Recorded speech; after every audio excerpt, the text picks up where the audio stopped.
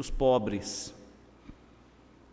Então, o evangelho para os pobres. E esse texto tinha uma importância muito grande para a interpretação nesse sentido, né? Hoje a teologia da libertação já não tem mais eco, raro alguém falar até nesse assunto, e nós então queremos olhar para esse texto bíblico numa interpretação, numa hermenêutica bíblica, de teologia bíblica, onde queremos extrair daqui o que o Senhor Jesus quis dizer na perspectiva do que o ser humano sem Deus é na presença do Senhor, na vida, o quanto o ser humano precisa de Deus, ou seja, perdão de Deus, né? Então nós vamos olhar para esse texto para enxergarmos nele o perdão de Deus para a humanidade, tá? E eu vou explicar isso melhor no decorrer da pregação, tá? Então vamos lá, do versículo 1 até o versículo 14 de Lucas capítulo 3. No 15º ano do reinado de Tibério César, sendo Pôncio Pilatos governador da Judéia, Herodes, tetrarca da Galiléia, seu irmão Filipe, tetrarca na região da Itureia, e Traconites e Lisânias, tetrarca de Abilene, sendo sumos sacerdotes Anás e Caifás, veio a palavra de Deus a João, falando aqui de João Batista, filho de Zacarias, no deserto. João percorreu toda a circunvizinhança do Jordão, pregando o batismo de arrependimento para remissão de pecados. Veja que aqui já dá o título para a pregação, para a mensagem de João Batista. Ele percorreu toda a circunvizinhança do Jordão, pregando batismo de arrependimento para remissão de pecados, conforme está escrito no livro das palavras do profeta Isaías: voz do que clama no deserto, preparai o caminho do Senhor, endireitai as suas veredas. Deserto aqui ganha uma conotação de terra devastada. Pode ser entendido como deserto da região, mas também pode ser entendido o coração, a mente, a vida humana devastada pelo pecado. Então, a voz que clama para as pessoas pecadoras: todo vale será aterrado, e nivelados todos os montes e outeiros, os caminhos tortuosos serão retificados e os escabrosos aplanados. E toda a carne, veja que está falando do ser humano, né? E toda a carne verá a salvação de Deus. Dizia ele, pois, às mulheres, às multidões que saíram para serem batizadas: raça de víboras, quem vos induziu a fugir da ira vindoura? Produzi, pois, frutos dignos de arrependimento, e não comeceis a dizer entre vós mesmos: temos por pai Abraão, porque eu vos afirmo que destas pedras Deus pode suscitar sim filhos a Abraão. E também já está posto o machado à raiz das árvores. Toda árvore, pois, que não produz bom fruto é cortada e lançada ao fogo. Então as multidões o interrogavam, dizendo: que havemos, pois, de fazer? Respondeu-lhes: quem tiver 2 túnicas, reparta com quem não tem, e quem tiver comida, faça o mesmo. Foram também os publicanos para serem batizados, e perguntaram-lhe: mestre, que havemos de fazer? Respondeu-lhes: não cobreis mais do que é estipulado. Também soldados lhe perguntaram: e nós, que faremos? E ele lhes disse: a ninguém maltrateis, não deis denúncia falsa, e contentai-vos com o vosso soldo. Meus queridos, na Epístola de Paulo aos Filipenses, no capítulo 3, do versículo 2 ao versículo 11, nós vamos encontrar o apóstolo Paulo realizando um importante balanço acerca da sua jornada de vida. Quando ele, nesse balanço, ele conclui que qualquer ato religioso, não importa a matriz religiosa, qualquer ato religioso com seus rituais vazios, são capazes de tirar a centralidade e a suficiência do que Jesus Cristo fez por nós. E ao afirmar isso, o apóstolo Paulo ele está lembrando da sua antiga crença no legalismo religioso, no ritual religioso que ele praticava antes de ser quebrantado pelo Espírito de Cristo. Antes de conhecer e aceitar o Evangelho de Jesus Cristo e ser chamado para andar na presença de Jesus, Paulo está afirmando aqui em Filipenses que tudo isto foi em vão. Todas as qualidades religiosas, as qualidades pessoais que ele existia, agora ele diz que são lixo, que não valeram para nada. Ou seja, todos os valores religiosos e morais religiosos não puderam ajudá-lo.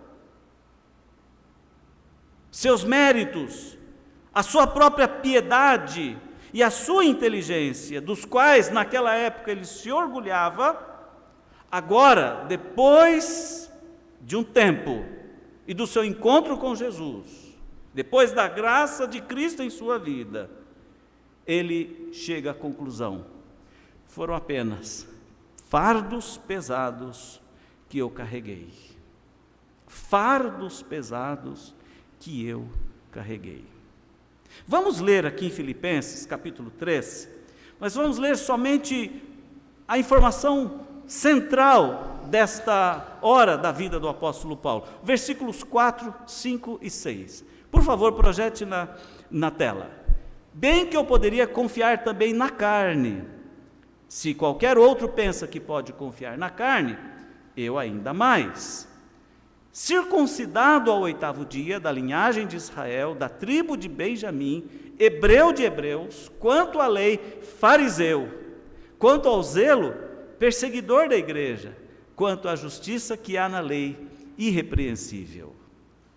Mas o que para mim era lucro, isso considerei perda, ou refúgio, ou lixo, por causa de Cristo. Eu considerei tudo isto nada, sem validade. Todos nós, meus queridos, em algum momento da nossa vida cristã, precisamos passar por essa experiência do apóstolo Paulo. Por quê? Para entendermos que somente a compreensão de que somos nós todos pecadores, isto é, que somos imperfeitos, que possuímos tendências a cometermos erros e mais atos pecaminosos. Mas não somente isto, entendermos também que sem a graça divina e sem a confissão de nossa insuficiência e a nossa dependência declarativa acerca da pessoa de Jesus Cristo para recebermos o perdão com a validade eterna, para consertar a história da nossa realidade de vida pecaminosa, a conversão ainda não terá sido plena. Sendo essa experiência a única forma de nos fazer pessoas plenamente rendidas a Deus, rendidas a Jesus.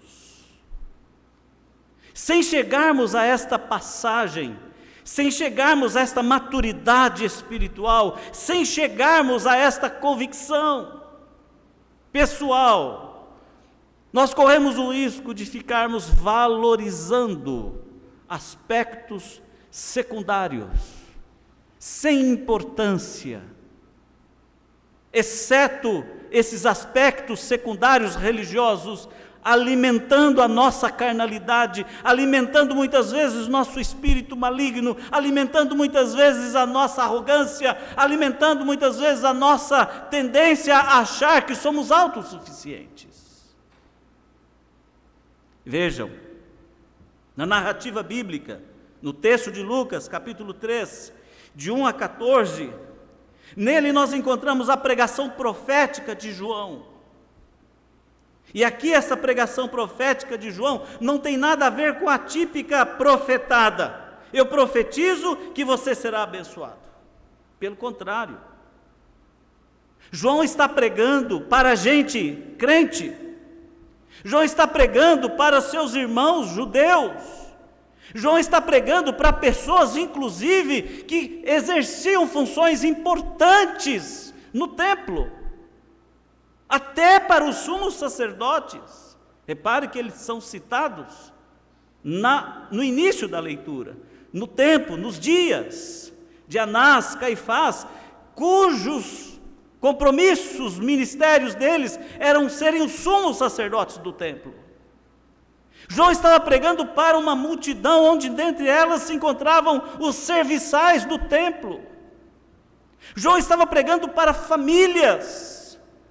João estava pregando para gente religiosa.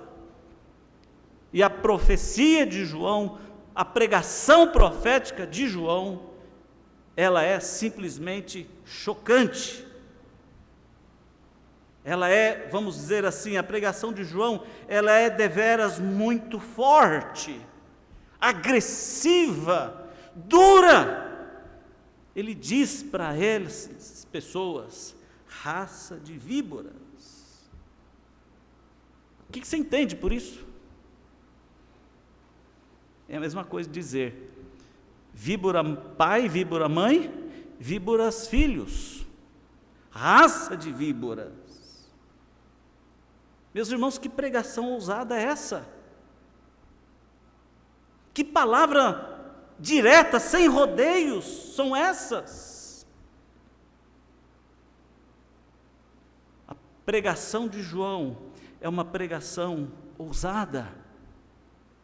E dentre das suas palavras, ele faz um apelo para as pessoas: arrependei-vos, para que sejam cancelados os vossos pecados.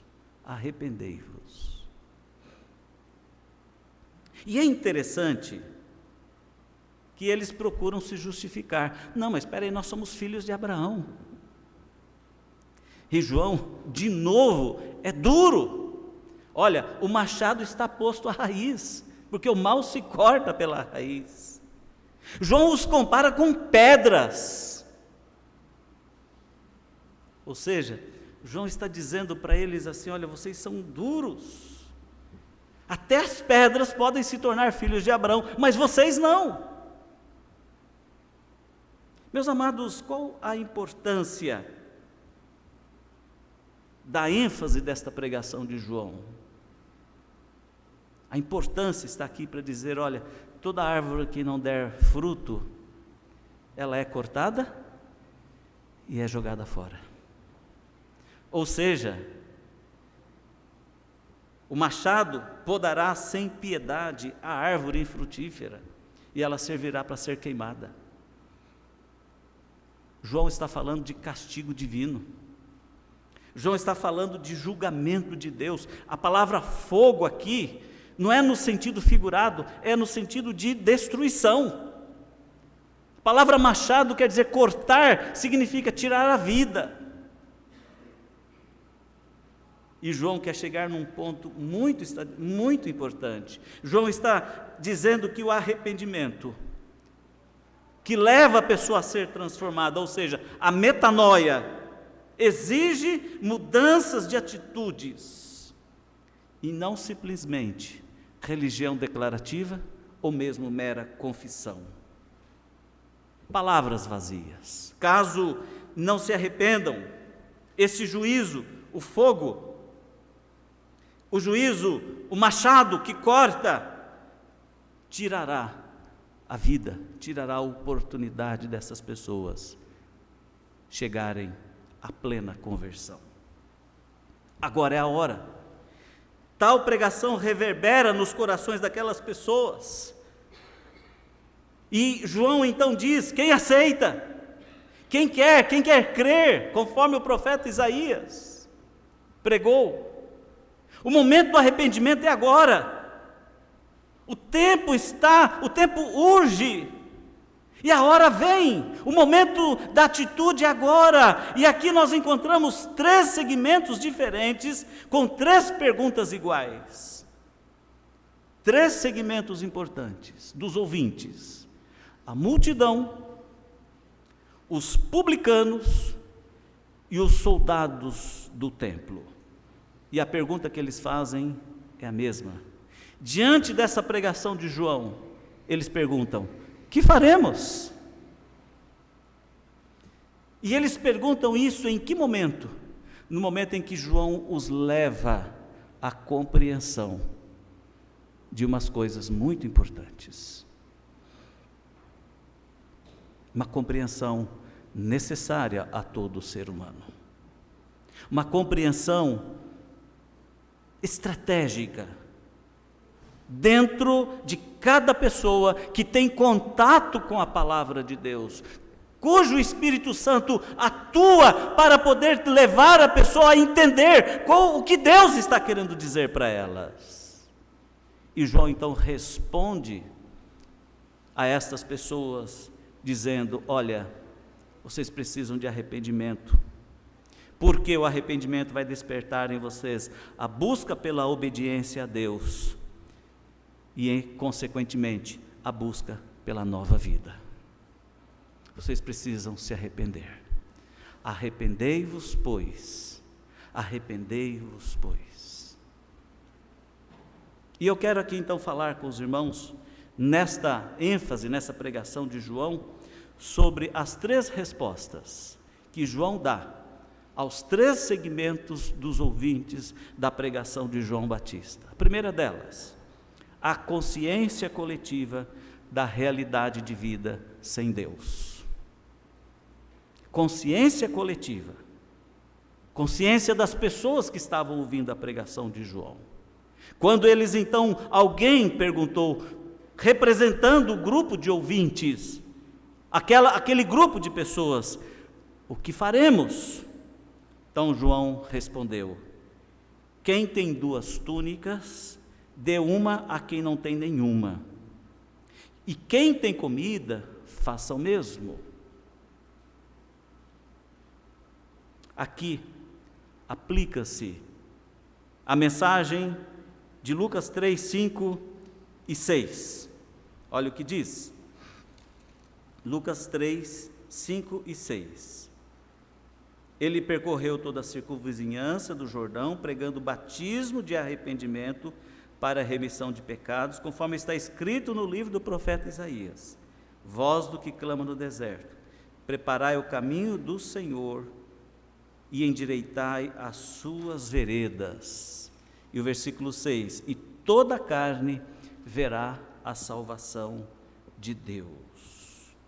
O que tem a ver repartir um prato de comida e dar a túnica com a salvação?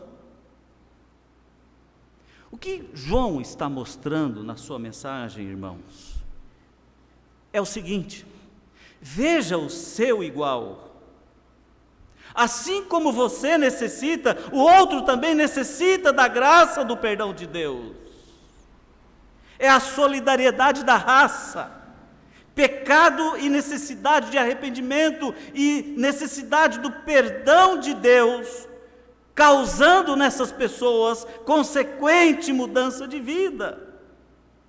João está mostrando o seguinte: assim como nos solidarizamos com as nossas necessidades básicas, onde nós não somos nada sem um prato de comida, sem uma roupa que nos agasalhe, sem um lugar para viver, sem o suprimento às nossas necessidades. João está mostrando que precisamos compartilhar essa nossa necessidade do desnudamento humano na presença de Deus. Ou seja, enxerguemo-nos no outro. E o que nós somos e enxergamos no outro? Somos todos necessitados de alimento. Somos todos necessitados de abrigo.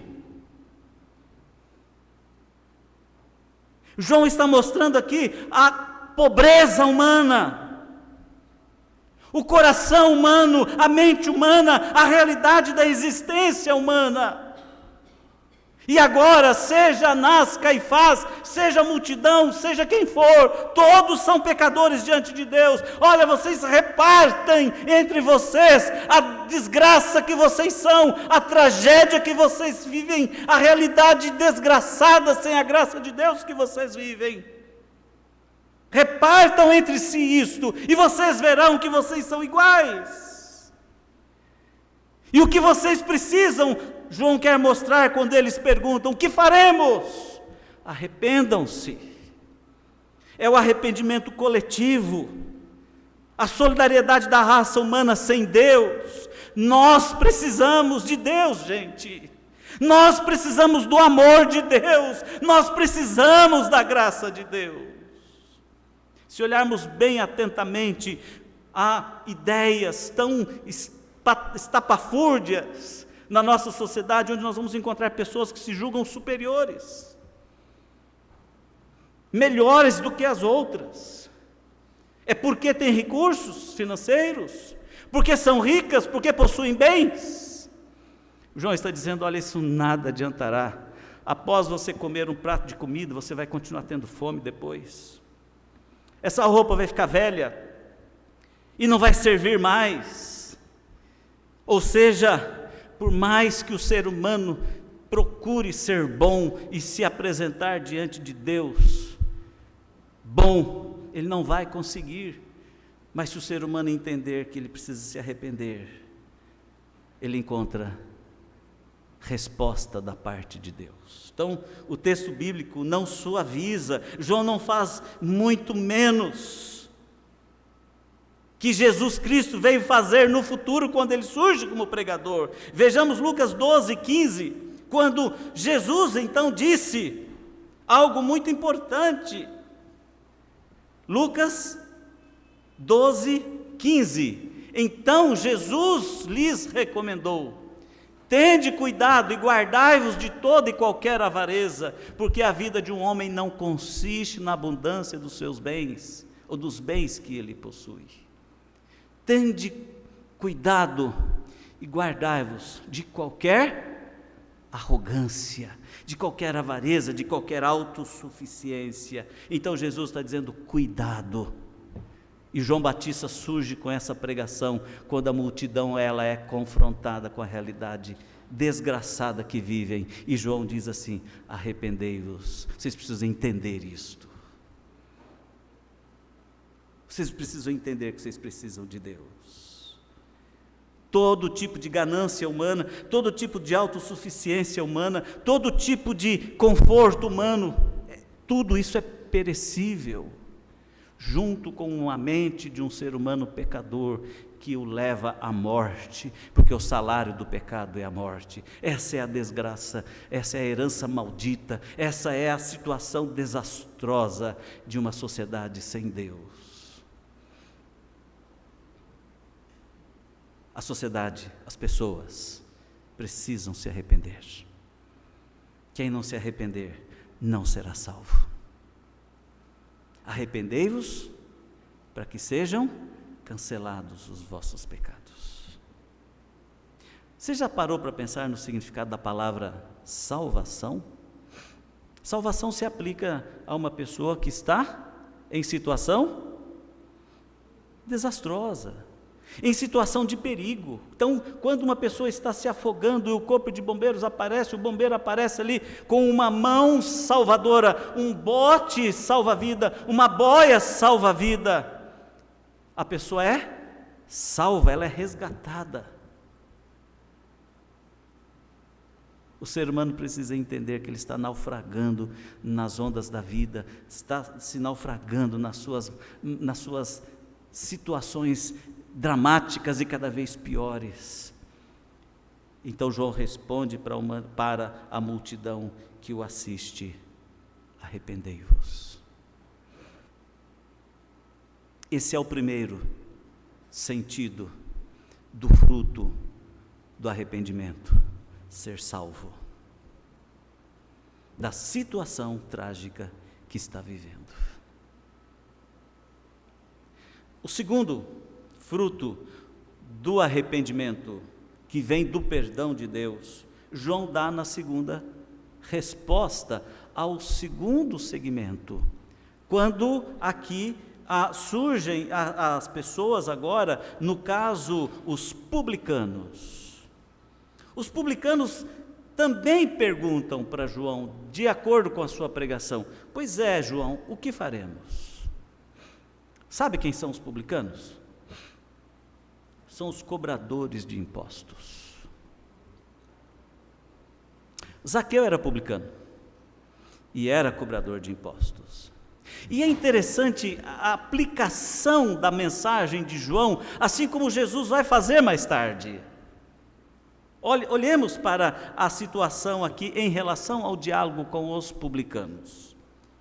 Em Lucas 3,13, são os publicanos, cobradores de impostos, que perguntam o que devemos fazer. João lhes diz: não cobrem nada além do que foi estipulado. Não cobrem mais do que foi estipulado. Os publicanos, eles eram muito malandros. Eles eram remunerados como cobradores de impostos. Eles trabalhavam para Herodes. Eles trabalhavam para o governo romano na época. Então, eles iam cobrar impostos das pessoas, além daquilo que era estipulado por Roma, eles ainda acrescentavam um valor a mais. Eles extorquiam a população. Eles praticavam a extorsão. Então, João mostra na sua pregação algo extremamente inteligente. Os publicanos perguntam, assim como Zaqueu perguntou: o que eu preciso fazer para ser salvo? O que faremos então, João? Não cobrem nada além do que foi estipulado. Será que João estava legislando sobre a cobrança de impostos? Não. Nem Jesus adiante estava legislando sobre cobrança de impostos. Ele não estava interessado nisso, mas estava interessado em mostrar que através das atividades injustas dos publicanos, na cobrança dos impostos, elevando as taxas para levarem vantagens, mostrando quanto o coração humano, movido pelas suas ganâncias, não só agravavam a situação pecaminosa de cada um. Você quer ver isso sendo aplicado a mim e a você?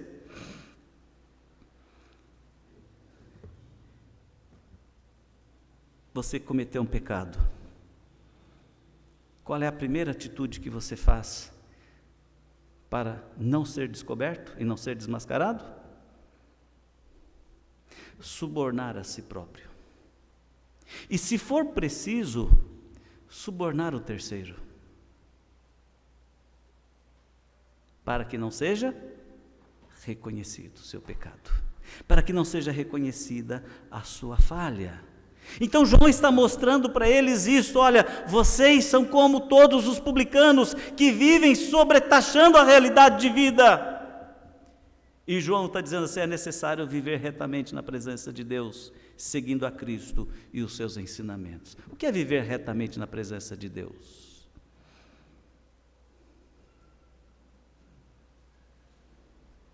É não se achar melhor que os outros. Os publicanos achavam que, por serem eles autorizados pelo império a receber os impostos, eles podiam fazer o que bem entendiam, assim como sobretaxar e extorquir a população. é o roto falando do rasgado. A pergunta, o que devemos fazer, se repete, e João fica contente, pois ele começa a ver que essas pessoas estão se tornando aptas ao batismo. E isso é coerente com a sua atividade, pois João pregava o batismo de arrependimento, o mesmo que se dará no dia de Pentecostes, nos lábios de Pedro, lá em Atos 2:28. Arrependam-se. Arrependam-se. Meus irmãos, como mudar isso na nossa vida? João não requer que os publicanos abandonem seu ofício, mas requer que eles não sejam mais injustos. Cobrem somente o que for estipulado. Sejam honestos na presença de Deus. Nesse mesmo evangelho de Lucas, o leitor e a leitora verão a conversão de Zaqueu, um publicano rico, disposto a fazer quaisquer restrições que se lhe apresentarem.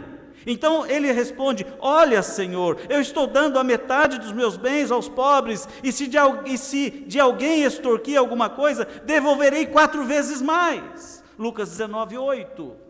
Tal palavra recebe a réplica de Jesus. Então Jesus lhe disse: hoje houve salvação nesta casa, porque este homem também é filho de Abraão, pois o Filho do Homem vem buscar e salvar o que se havia perdido. Viver, meus queridos, sobrepujando-se sobre outras pessoas, como melhor, é assumir a hipocrisia de achar que não é pecador. Os cobradores de impostos, aqui nos dias de João Batista, são exemplos que João lança a mão para mostrar que o indivíduo, por mais que ele tenha posição de destaque, ou autoridade, ou supremacia sobre os demais, também precisam de arrependimento. Todos precisam de arrependimento. Existe uma ideia no meio das pessoas que têm dinheiro, que têm recursos, pessoas poderosas, de que elas são autossuficientes. E muitas vezes, diante de situação menores, mesmo nós não sendo pessoas poderosas, nós achamos que o inferior é pior que nós. O mendigo é pior que nós. Tanto eu quanto o mendigo precisamos do arrependimento. E ao nos arrependermos, nós estamos fazendo justiça conosco mesmo. Nós precisamos da graça de Deus. Você já chegou a um ponto na sua vida que você já entendeu esta mensagem de João? Esta mensagem que fala de mudança de vida, de salvação? O que faremos? Nós publicanos estamos danados. João diz: arrependei-vos.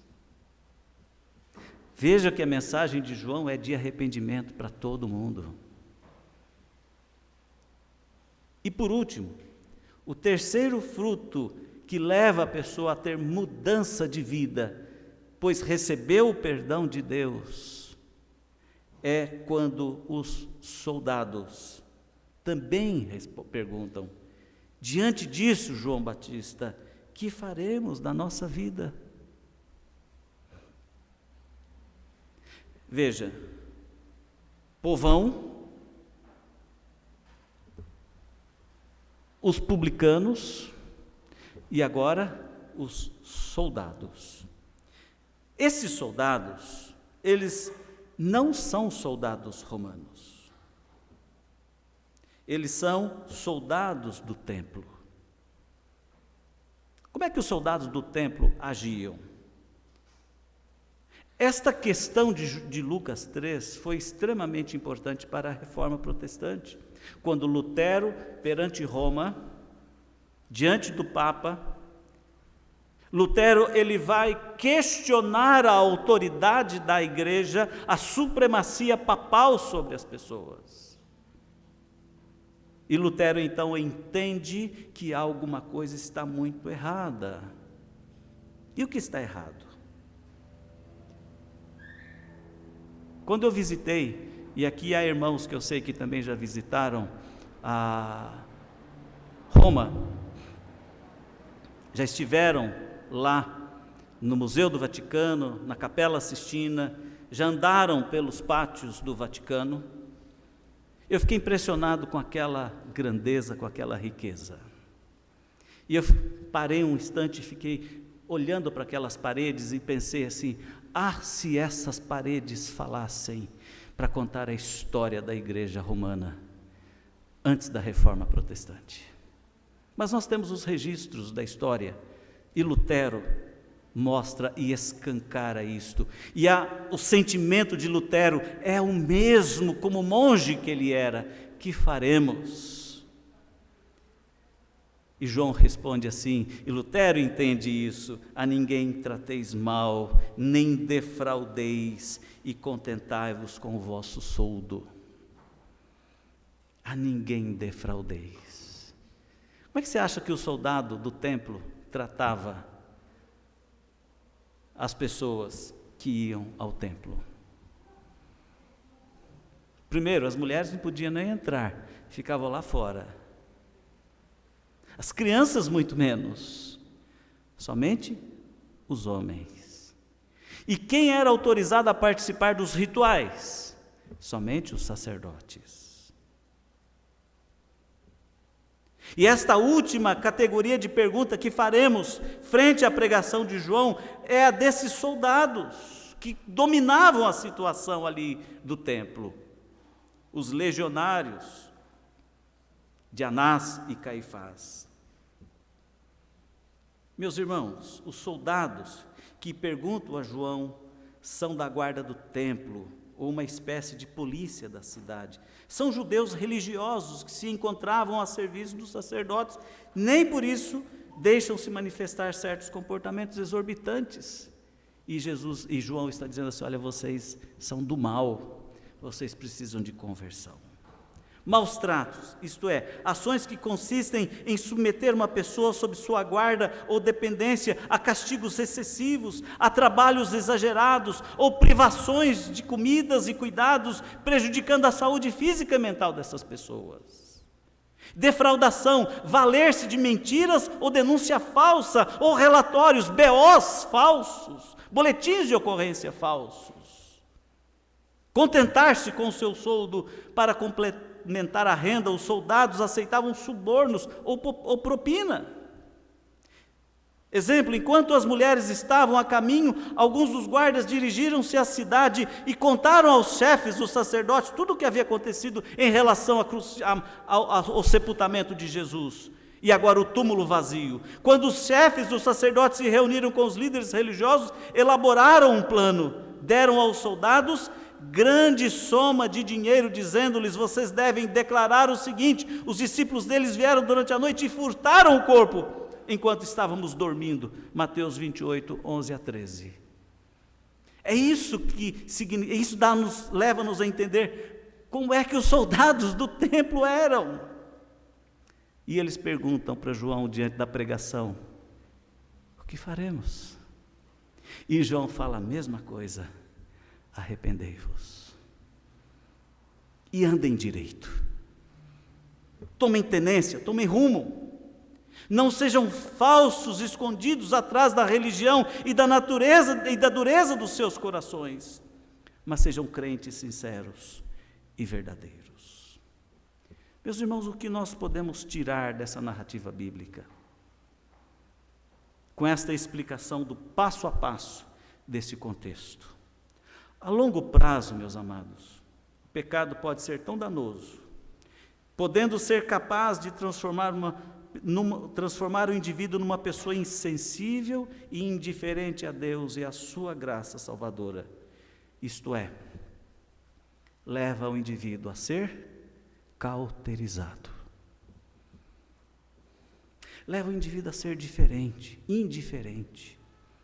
Leva o indivíduo a ignorar, a rejeitar a palavra de Deus. Isso pode ser perigoso e danoso para crente velho, crente que está na igreja há tanto tempo, em achar que ele já aprendeu tudo e que ele não precisa aprender mais. Isso pode ser tão danoso e terrível para qualquer crente novo ou velho que se sinta soberbo. Eu já sou salvo mesmo, então posso fazer o que eu quiser. Posso cometer atos pecaminosos à vontade, quaisquer que forem. E isso pode ser danoso para aquela pessoa que ainda não se converteu plenamente a Jesus, onde o indivíduo se mostra recalcitrante, resistindo à obra de Deus na sua vida. Meus irmãos, esta leitura bíblica, que aparentemente fala para a pessoa ser generosa só, ser honesta só, e ser consagrada só, na verdade tem algo muito mais profundo. João Batista traz pregação e palavra para que a pessoa possa entender que ela precisa do perdão de Deus.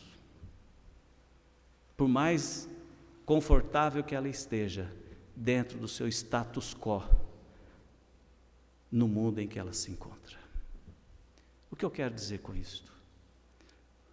Eu sou o que sou e sou bom.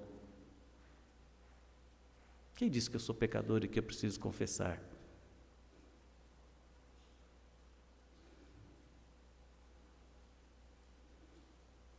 Eu sou boa pessoa, sou religioso, sou até oficial da igreja.